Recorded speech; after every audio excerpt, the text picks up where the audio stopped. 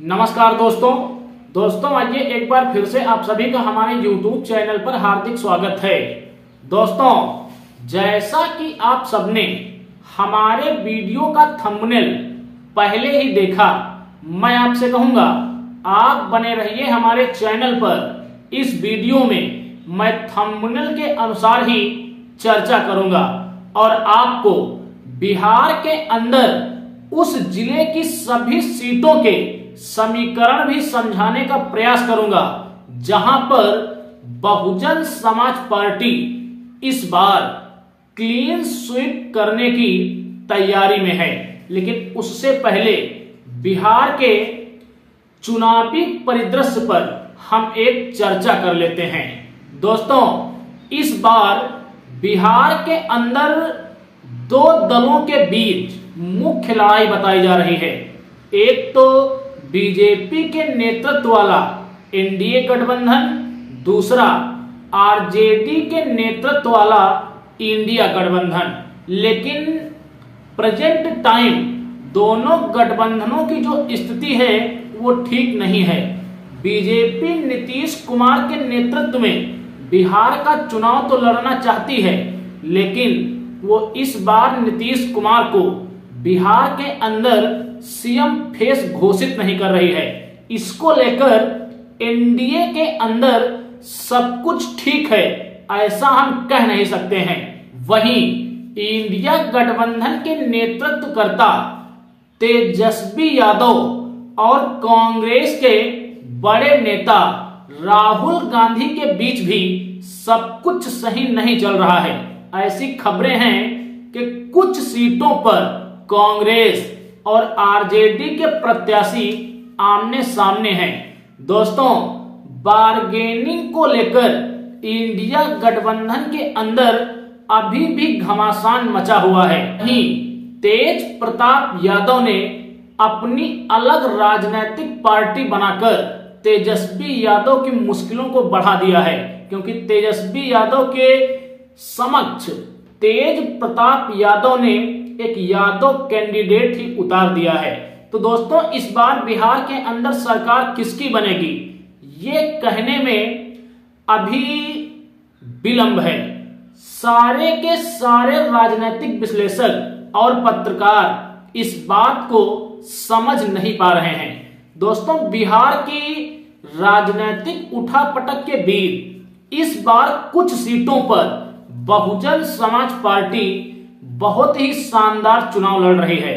उन सीटों के बारे में अगर हम बात करें तो ये सारी सीटें उत्तर प्रदेश से सटे हुए जिलों की हैं और इन जिलों में दलित मतदाताओं की अपनी एक अलग पकड़ है।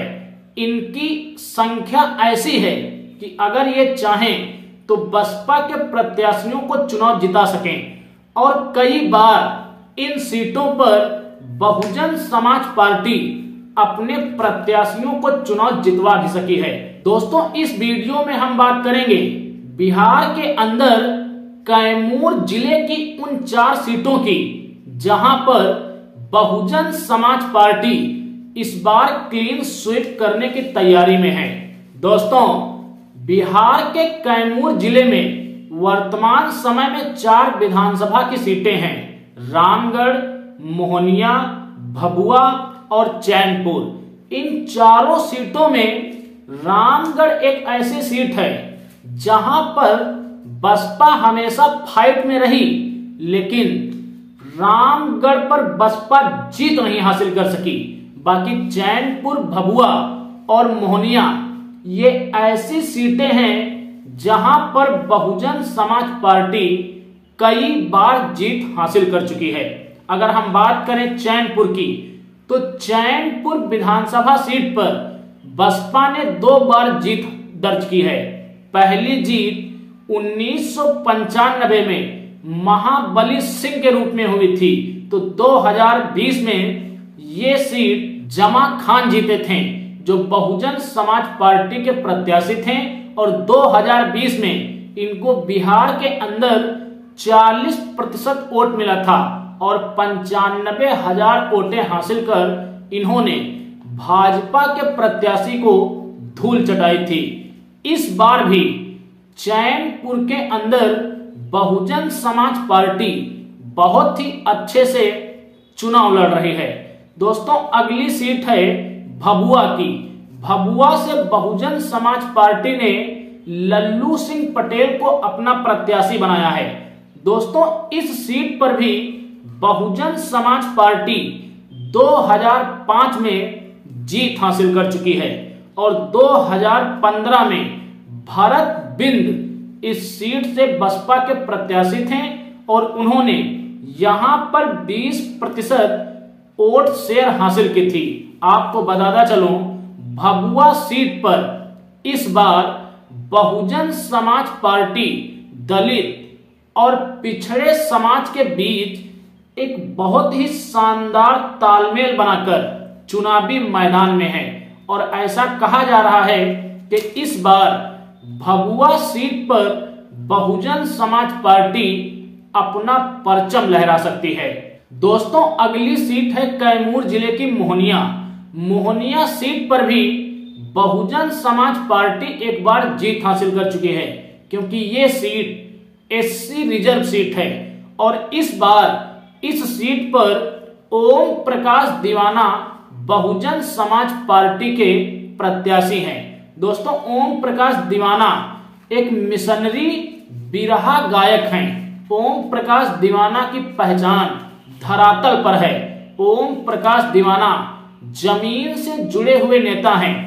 आपको बताता चलूं यहां पर आरजेडी ने अपना प्रत्याशी दिया था लेकिन आरजेडी के प्रत्याशी का नामांकन रद्द हो गया है और तो और इस सीट पर बसपा से बगावत कर बबीता भारती आजाद समाज पार्टी के सिंबल पर चुनाव लड़ने गई थी लेकिन उनका भी नामांकन रद्द हो गया है। मुख्य रूप से मोहनिया के अंदर इस बार लड़ाई बसपा और भाजपा की है। ऐसे में ऐसी कयासबाजियां लग रही हैं कि लोगों का जन समर्थन ओम प्रकाश दीवाना को ही मिल रहा है लेकिन आरजेडी ने यहां पर अपने प्रत्याशी के नामांकन रद्द होने के बाद अपना समर्थन एक निर्दलीय प्रत्याशी को दे दिया है। ऐसे में इस सीट पर अब लड़ाई त्रिकोणीय बनी हुई है लेकिन यहां पर अभी भी ज्यादा चांस बसपा के ही प्रत्याशी के दिख रहे हैं। दोस्तों अगली और चौथी सबसे हॉट सीट कैमूर जिले की रामगढ़ है। रामगढ़ से बसपा ने सतीश यादव उर्फ पिंटू को अपना प्रत्याशी बनाया है। दोस्तों 2020 में बसपा यहां पर 189 वोटों से पीछे रहकर दूसरे नंबर पर थी।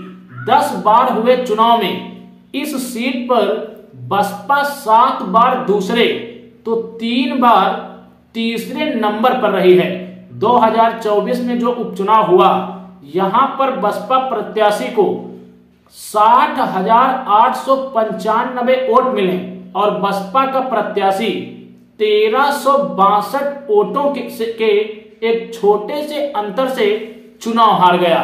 लेकिन इस बार बहुजन समाज पार्टी का प्रत्याशी रामगढ़ में बहुत ही शानदार तरीके से चुनाव लड़ रहा है। ऐसे में बिहार की कैमूर जिले की इन 4 सीटों पर बहुजन समाज पार्टी जीतने की स्थिति में है लेकिन मैंने इसलिए अपने थंबनेल की हेडलाइन दी कि बसपा इस जिले में क्लीन स्वीप करेगी क्योंकि इस जिले के अंदर जन सुराज पार्टी के जिला अध्यक्ष और असदुद्दीन ओवैसी की पार्टी के जिला अध्यक्ष ने बसपा को अपना समर्थन दे दिया है। रामगढ़ विधानसभा का जो उपचुनाव अभी हुआ था इस उपचुनाव में बसपा 1362 वोटों से हारी थी लेकिन जन सुराज पार्टी के प्रत्याशी को 5000 वोट मिले थे। अगर उसी वोटिंग पैटर्न पर फिर वोट पड़े तो बसपा को रामगढ़ जीतने से कोई भी नहीं रोक सकता है और अगर जन सुराज और असदुद्दीन ओवैसी के मतदाता अपनी पार्टी के फैसले को अमल में रखे बसपा प्रत्याशियों को वोट करेंगे तो बिहार के कैमूर की चारों सीटों पर कुछ भी हो सकता है। बाकी बिहार के कैमूर में बसपा की मजबूती को आप किस प्रकार से देख रहे हैं, कमेंट्स में अपनी प्रतिक्रिया जरूर दें। हम मिलेंगे एक अगले वीडियो में एक अगले मुद्दे के साथ। तब तक के लिए आप सभी को मेरा सादर जय भीम, जय भारत, जय संविधान।